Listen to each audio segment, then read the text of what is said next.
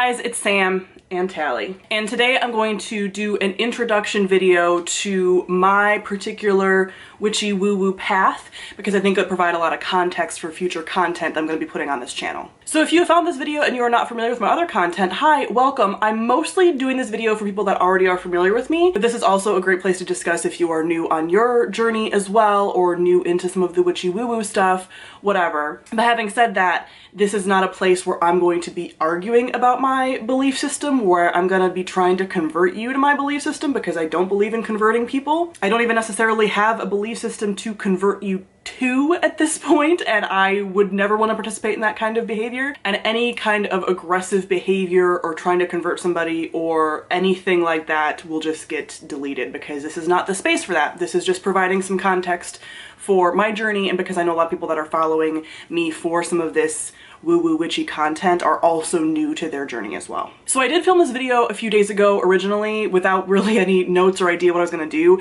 and it just got too many tangents basically. There's a lot of stuff within this video that I could do whole videos about, so if there's anything particularly interesting to you about my story, I can definitely do that, but I want to keep this as succinct as possible, even though I know it will still be long. So I did ask some of my followers who are interested in this kind of content what they would want to see as far as context for me. So the first big thing is, where did I start with religion? What was my religious background, my upbringing, things like that. So I was raised evangelical Lutheran. Now I have kind of an interesting background with that, because a lot of people that I know that were originally raised in a Christian or Abrahamic religion had a very religious household, and that was what really influenced them.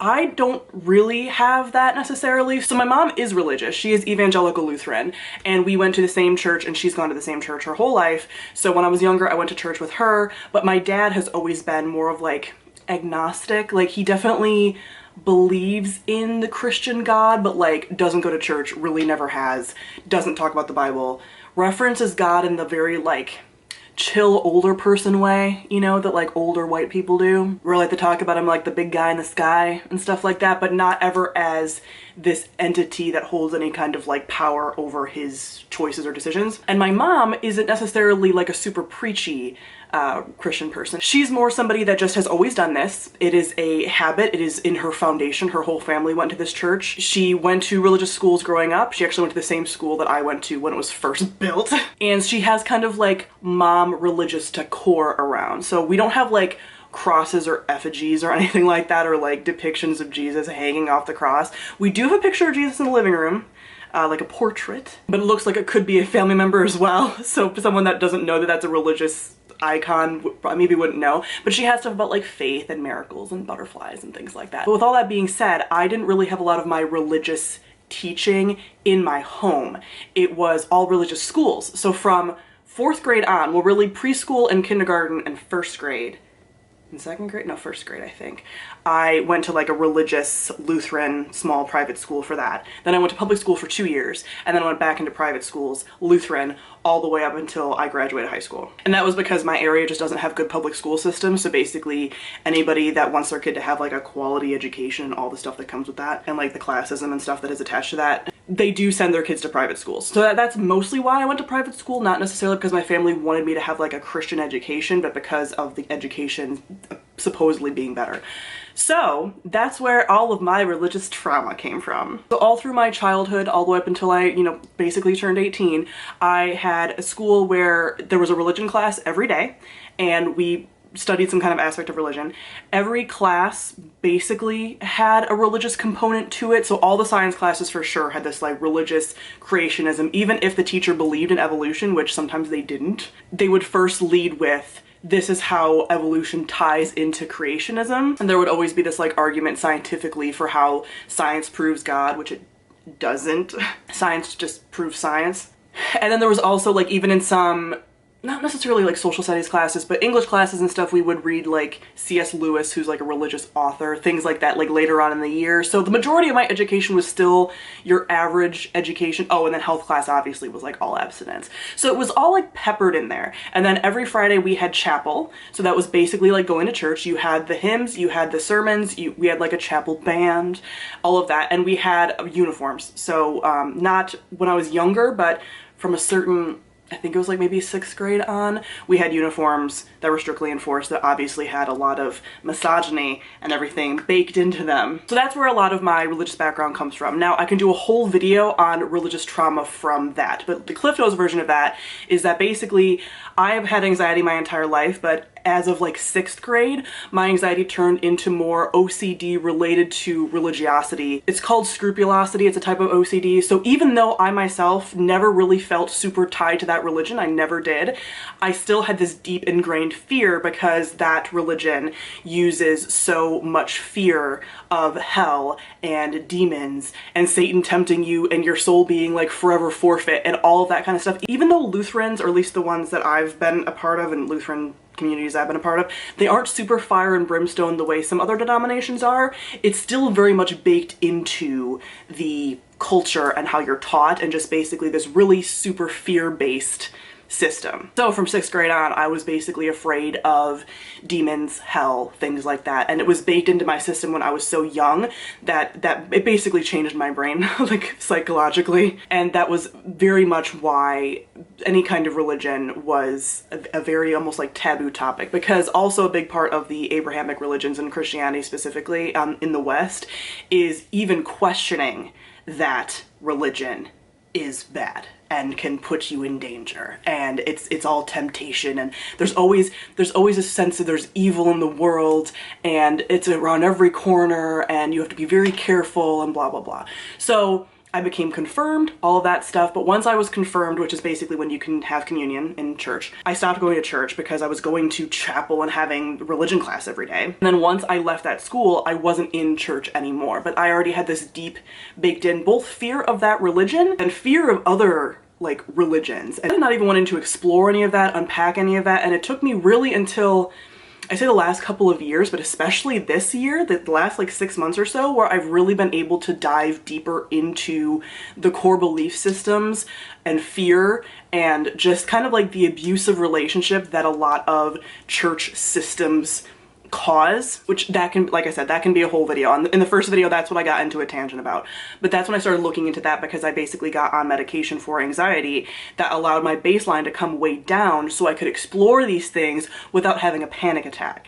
So that is my religious upbringing, very fear-based, not necessarily from my family, but from the systems that I was a part of that made it so that basically God was an abusive parent who said that he loved you, but would punish you for the smallest things. So with that being said, what gave me an interest in turning to the woo, the witchy? What is the appeal there for me with my background like that?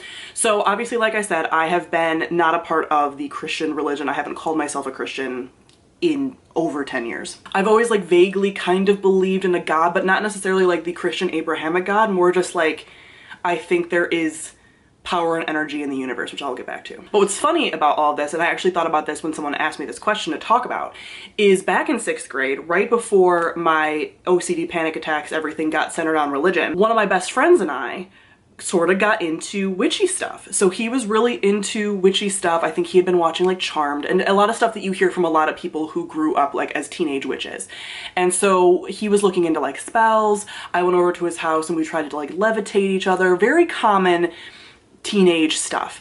And he was like a drama kid. So he like an actor. So a lot of stuff he like made up. Now I know this as an adult because we're still friends. He made up for like the drama and the like, you know, ooh. So he actually came to school one day and told me that he tried to do a protection spell on me and accidentally cut his finger and some blood went into a black candle, which again I'll get to in a second. And I need to be careful because like that's a bad thing and like maybe I'll be possessed now. That skyrocketed my anxiety to just go on after that. So basically I didn't want to associate with anything witchy from then on. The funny thing that I've learned about this now is black candles, one, he never did that. We've talked since then about that and he's like, that never happened. I made that up. Number one. Number two, black candles are actually associated with protection. So the whole black candle being evil is very much a media thing, which is where he got it from. So black candles are protection. Black is a protection color when it comes to like woo-woo stuff. So that wouldn't have happened even if he did do that. And like, I don't know a lot about blood magic. It's not something that I want to pursue at all. But like, if anything, from the little bit that I do know, that would like just further protect me with his energy. So like, none of that was relevant. Anyway, the point being is that I've been into like witchy stuff my whole life, and if I wouldn't have had this fear-based religion baked into my brain at a young age, I probably would have been somebody that got into witchy woo-woo stuff as a teen like a lot of people do. But I lived like a great chunk of my life in fear, so that didn't happen. So more recently, why did I get into some of the more witchy stuff? I've always been kind of attracted to it when I haven't been in like an anxious period of life. When I'm in an anxious flare, I avoid it completely because it's the root of a lot of anxiety. Well, it's not, but the fear of it is. You get that. For years, I've been kind of feeling like I want some kind of spiritual connection. Again, not in a religious way. I don't like any organized religion, like any of them. Specifically, really the Abrahamic religions and like Western Christianity, but I don't really like any of the ones that are really focused on shaming other people and things like that. So Eastern religions I actually don't have a problem with. They're less of that organized religion ick that happens. Like I said, over the last couple of years, I know as a mental health professional that like spirituality is a big part of people's and humans, you know, outlook on the world and self-care and things like that. I just felt like I didn't really have that connection. And then last year I got very into plants, and I feel like plants is where it started. So I started getting like much more into nature. I've always been very into nature, but I just got more like I want to be surrounded by nature. I want to run into the woods and never come back. I dream of having like a hut in the woods with herbs hanging from the ceiling. You know, witchy, forest witch stuff. And I looked at a couple of videos at the beginning of this year. I think it was like Witch of Wonderlust, and couldn't really get into it because the comment section had a lot of like, you guys are gonna go to hell, demons, blah, blah, blah. And I was still at a point when like I couldn't really engage with that. But then, funny enough, I got on TikTok, and because I'm a part of like alt TikTok and like bi girl TikTok and some of those, I got pushed into the witch talk, which is the TikTok community of witches. And because I'm older and I was liking a lot more like millennial content, I think this is why this happened. I saw a lot more witches that were doing educational content and not like memes, teen witches, which have their place as well, but I was seeing much more like information than I was like false stuff. So that got me really intrigued. It was small bite-sized pieces that I could then like take a step back from if I got nervous. And it really just opened my eyes to it being like, this is not an evil thing. Look at how, and I've known this, look at how especially Christian Western religion has demonized a lot of other religions. Just, again, fear-based. If having a religion in which your people and the people that follow it need to be fearful is not healthy. But I've started to see a lot more neutrality with it, and it being much more of a thing about like intention and just a positive thing where you could make your own path. That was the biggest pull for me, I think, was that there's no real rules. There are people that'll tell you that there are rules, but there are no real rules outside of like don't do things, don't appropriate things, and don't pursue practices that are not a part of your culture and that are like a closed practice. But other than that, and like learn, basically, you know, like don't dive into stuff and mess with shit that you shouldn't mess with. But other than that, like you can create your own path, you can choose what you want to do with it, you can, you know, pick things that feel right for you, and it's very much based on like connection to nature and like the neutral energy that is nature, because nature has no good or bad, good or evil energy. It's just neutral. It's nature. So that super appealed to me. And so that's when I started following more witchy TikTokers. I started looking at a lot more YouTubers, which I could do a whole video about like recommendations for Instagrammers, TikTokers, YouTubers that I really enjoy. So if you guys want to see that, let me know down below. But I started doing a lot of like research and looking into a lot of that, and I kind of just went from there. I wrote down a list of things that I felt like I was interested in. So over the course of quarantine, I've gotten more into yoga. I feel like yoga is another sort of like connection with this. You don't have to be witchy and do yoga. They are very separate things, but I feel like a lot of people do both. It's kind of just like an overlap. Tarot cards, crystals. I've been into crystals for like a little over a year as well, but mostly for aesthetic. But now I know a lot more about like their properties and stuff, like green witchcraft, chakra stuff a little bit, but I also like a lot of the psychological stuff that ties into witchy woo-woo stuff. So I feel like there's a lot of overlap overlap there with the science that is psychology, and then a lot of the beliefs that people have with like witchy woo-woo stuff. So even with like chakras, I feel like chakras a lot of times align with like developmental stages and things like that. So there's a lot of overlap there. I also really like shadow work and what people do with that, because that's a Jungian psychology thing. It's not a witchy thing, it's a psychology thing. Sound healing, more meditation. So I've gotten into a lot of that stuff and kind of have found what I want to pursue with that and kind of what my plan is for my spiritual journey, I guess. At this point, I consider myself, I guess you could say, a seeker. Now, I don't know if seeker is what a lot of people use for like Wicca, and I am not Wiccan, but I'm basically somebody who is open to these like woo-woo witchy concepts and is researching, looking into it, learning. And I haven't chosen like a concrete path or label, so I'm much more drawn to basically what I think is what I'll end up as is like an eclectic, agnostic, secular witch, I guess.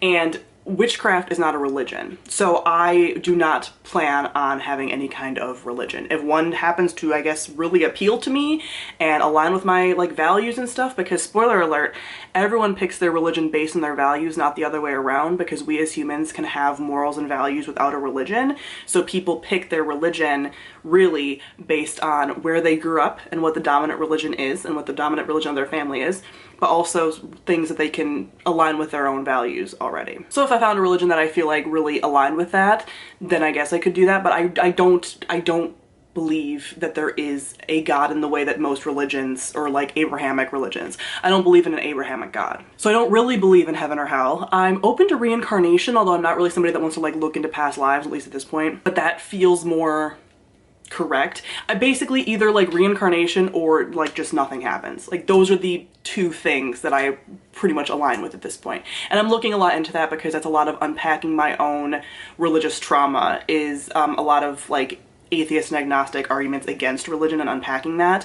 I don't like strong atheists though either, because a lot of them are just as nasty to people and just as condescending and just as like trying to convert people as Christians are. So I don't really like strong atheist arguments either, because a lot of them can be really mean and douchey for no reason. So that's why agnostic appeals to me. But I'm not going to be Wiccan. I mean, again, it could have maybe eventually appeal to me, never say never, but no, I don't want to have any kind of religion. I don't want to do any deity work. I don't want to do any work with spirits because I don't really believe in them. A part of me will always, I think, kind of be like, well, maybe what if, which is why agnostic appeals to me.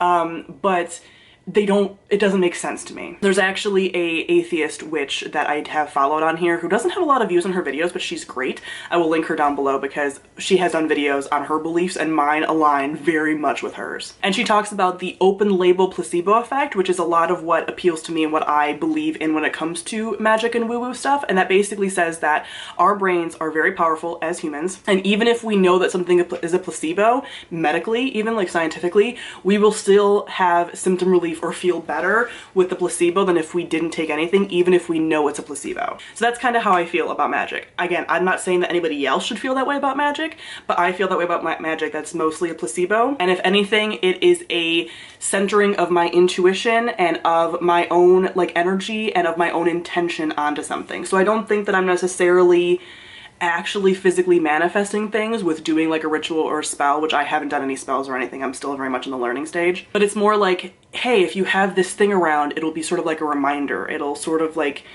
motivate you to do the thing. Same thing with crystals. I do think crystals have some of these like properties to them, but you can't heal yourself with crystals. Like for, you know, if you get cancer, you can't heal yourself with crystals. But I think just having something like this around, like, hey, I have a rose quartz around, it reminds me to like be open to love and friendship and things like that, and good vibes and self-love. So for me, it's not necessarily like that's causing it. It's like I'm causing it through thinking about it more, because these things are a reminder. They're a focal point. I'm focusing my energy.